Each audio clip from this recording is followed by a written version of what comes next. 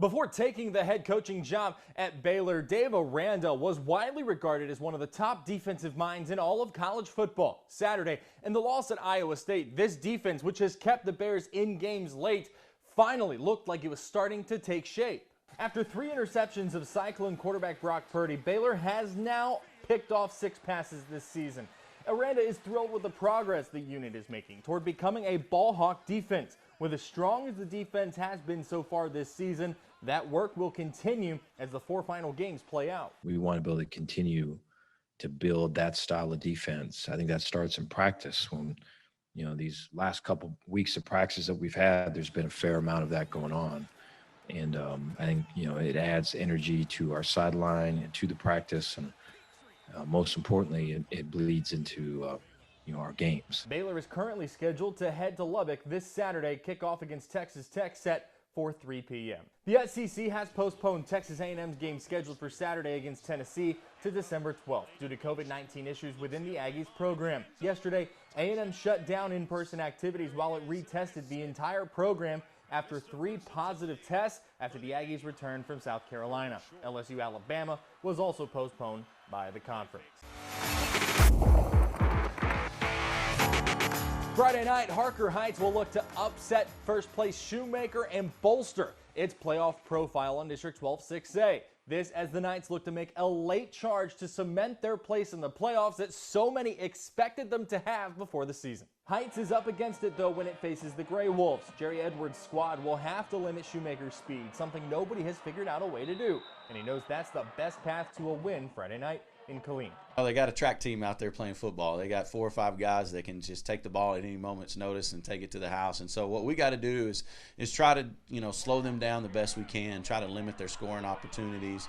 And the only way we can do that is try to keep those guys corralled. And that's an easier said than done. Mickey Lattarulo will be live from Leo Buckley Stadium in Killeen Friday night at 6 and during an all-new Friday Night Lights beginning at 10:10. Today, Killeen ISD announced Thursday's game between Ellison and Coppers Cove has been canceled and will not be rescheduled for reasons we will get to in just 1 second. This is the 2nd straight Coppers Cove game to be called off due to COVID-19 issues. The District 12 6A Executive Committee today agreed to allow each school in the district 1 makeup for canceled games due to COVID-19. Because Belton's first postponement was last week's game against Harker Heights, that cancels the Temple game scheduled for this week. Playoff seating procedures are expected to be announced to the member schools of that district later this week. Gatesville became the first local school district forced to forfeit its playoff game due to a COVID-19 shutdown of athletics. Head football coach Luke Howard announced the Hornets would be forced to cancel their playoff game against Carthage scheduled for Friday night in Athens.